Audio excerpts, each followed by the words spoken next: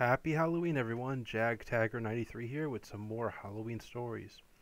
The first story is a bit humorous, and the last one's a bit spooky. Now, I should probably note here that these stories are all true, but the names have been changed to protect the innocent and such. So, yeah, strap in, relax, and enjoy. So, my first little story was when I was in high school. I was a junior at the time. This was the year I went dressed as Vampire Hunter D. Now, I was a pretty big Vampire Hunter D fan. I loved the original movie and at the time recently saw Bloodlust, which I loved even more.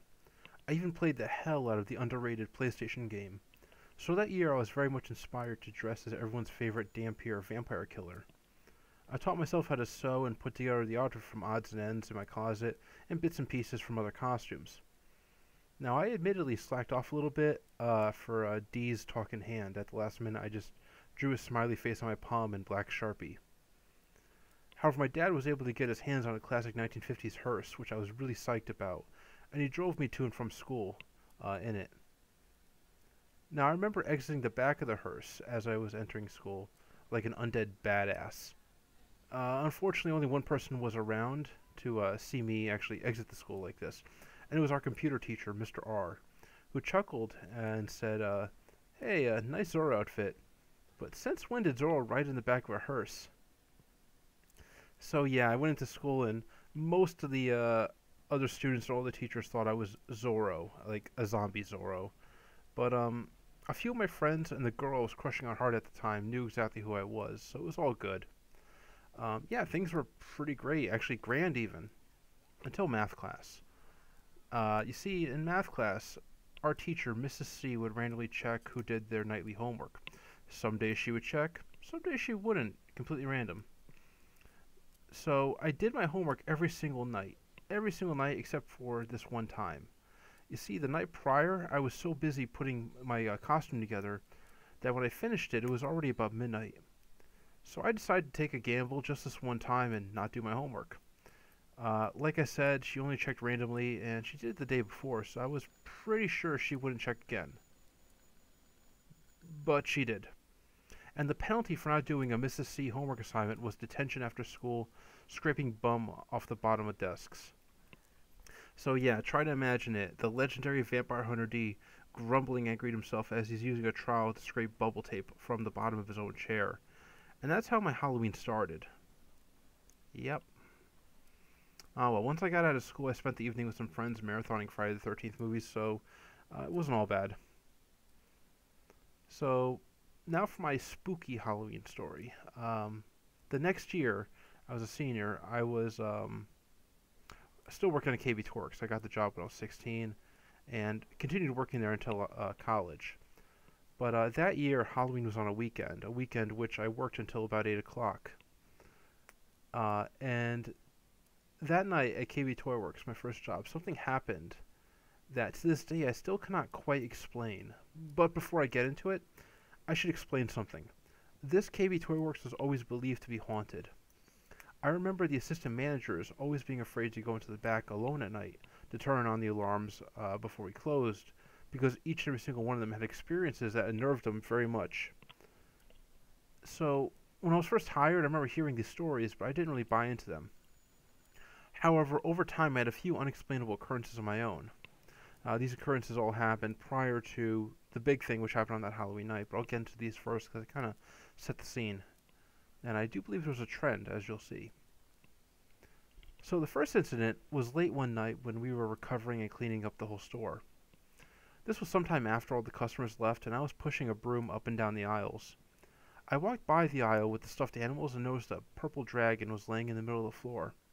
I thought nothing of it, thinking it just fell, and put it back into the rack which held the other stuffed animals and kept on sweeping. Some minutes later I finished my task and was on my way to the back room to put the broom away when I passed by that same aisle and noticed the exact same purple dragon plushie was again laying on the floor. I picked it up and this time tucked it very firmly behind the other stuffed animals, ensuring it could not simply just fall out. So I really wasn't thinking anything of it as I punched out later, but as we were walking to the front of the store to leave, I couldn't help but check one last time on that aisle. Sure enough, when I did, that exact same purple dragon plushie, with its big eyes and its spiked tail, was again out of place, only this time, instead of laying on the floor, as if it just fell from the rack. It was now neatly sitting right in the middle of the aisle, looking straight ahead towards me and all the others, as if it was placed there on purpose. Very creepy, especially considering that when I put the broom away, all the other employees and the assistant manager were already clocking out, and we all left together, so there really shouldn't have been anyone on the sales floor to prop it up like that. As we were leaving, I asked the closing manager and my coworkers if they somehow did it, even though we were all together and they had no idea what I was talking about. Now, granted, one of them might have been lying and was really sneaky and it was all a prank. However, a few weeks later, something else happened that's a bit harder to describe away. Again, it was closing time at KB Toy Works. The store closed at 9 and we usually stayed until 10 cleaning up the store. It was about 9:30 and I was filling in Yu-Gi-Oh packs by the registers when I heard a child's voice say from behind me, "Excuse me, can you help me find my mom?" I looked back over my shoulder and saw a young boy. He was blonde, had a red and white striped shirt, I remember, brown or green eyes if I remember correctly, and I think he was wearing shorts, which I did think was a bit odd considering it was about September or August, I believe. I think it was August actually, but so yeah, I guess shorts made sense. But I thought it was odd because I do remember thinking it was a bit cold that night. But anyway, I remember telling him, "Sure thing, just let me put away these last few packs, and we'll go find her." So I turned back to the register and hung up the 3 or so booster packs I had in my hand onto the peg, and turned back around to ask the boy to describe his mom for me, only to see that now he was completely gone. I quickly looked around the front end area and walked by the aisles of the store, but didn't find any trace of him. I even checked the front doors and saw that they were still locked, so I headed to the back to tell my manager. We then checked all the cameras, but only saw other employees milling about, some cleaning, others screwing around with the toys, usually the Nerf guns, but still no sign of this kid.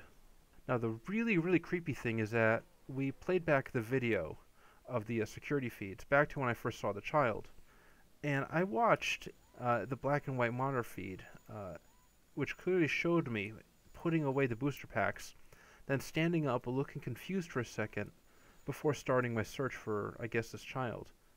Not once did I turn around, nor did I appear in the feed to even say anything. And of course, there was still no sign of this child in the feeds then or now, so very, very odd. I'm not sure if I imagined the whole thing, but I swear I remember seeing this kid, and the kid looked like flesh and bone, like normal child. So yeah, very creepy, but that's not quite my creepiest moment there. No, now we finally get to the creepy moment, which happened some weeks later on Halloween evening. So, again, at KB Toy Works, we had a layaway program where items that were put on layaway were stored in a seldom traveled part of the store, located upstairs above the warehouse area and back. Now, I actually didn't even know about this room until I had to go in there that night with a coworker and clean it. Now, this was indeed a very daunting task to clean and organize this room, because it was filled with unclaimed merchandise, a lot of it 3 to 5 years old. And it was also somehow a dumping ground for spare cardboard boxes. If I remember correctly, one of our managers was kind of a hoarder and loved saving big empty cardboard boxes, and I guess this is where they were stashing them. So we decided the best strategy, me and my coworker Javi, to divide and conquer. I started cleaning in the far corner, and Javi cleaned in the opposite corner. About 15 minutes, I clearly heard what sounded like a high-pitched, childlike chuckle coming from Javi's corner. We both looked quizzically at each other before investigating, both of us figuring it must have been coming from some doll somewhere. We opened up each cardboard box, but only found packing peanuts. We continued to look around the room for any toy that could have gone off, but found nothing. We both shrugged it off, thinking that somehow maybe a customer's voice carried through one of the air vents, or was coming from us below in the warehouse, even though we both heard it very, very clearly and distinctly, as if it emanated right next to us, right there in that room. But whatever, we figured it must have been some kind of imagination or some kind of sound traveling, and we didn't think much of it. We just continued our work. After nearly an hour, I don't think it was a full hour, but I do feel like it was probably close to about 45-50 minutes of organizing that mess, we were finally done and felt confident the place looked, I'm not going to say decent, but there was at least order established to the mess that was that room. So I was feeling pretty good, and I felt great too that I ate up a pretty good chunk of my shift being productive without having to be anywhere near the sales floor. So we were heading to the stairs to exit when we heard a voice in the same tone as the laughter, save from what sounded like inside that room right next to us. You will never find me. Needless to say, we both looked at each other and marched pretty quickly down those stairs. Now, we spent the rest of our shifts asking each other back and forth, "Dude, did you really hear that? It sounded like it said, 'You'll never find me.' What the hell?" So yeah, after that, nothing really crazy happened to me at that KB Toy Works. We did have Ouija boards in the store. I think they were made by Parker Brothers and Milton Bradley. I remember playing with one, trying to get in contact with this spirit or whatever, and nothing at all happened.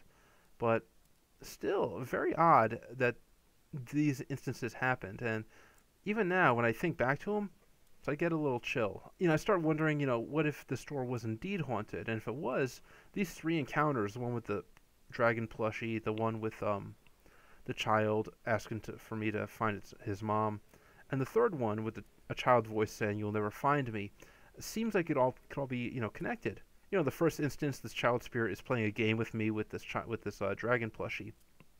Second instance, it feels comfortable with me and is asking for help. And the third instance, again, it's playing a game of hide and seek with me and my coworker. Really interesting, and again, it makes you wonder. I mean, let's pretend a child really did pass on somewhere in the store, near the store, for whatever reason, and they had a choice to haunt anywhere. Why wouldn't it haunt a toy store, right? I mean, if I was a kid, I'd love to haunt KB Toy Works. So that is my story, my creepy story, and my humorous Halloween story. Thank you everyone for watching. I hope everyone has a happy and very safe Halloween. This is Jag Taggart 93. Have a spooky, scary, good one.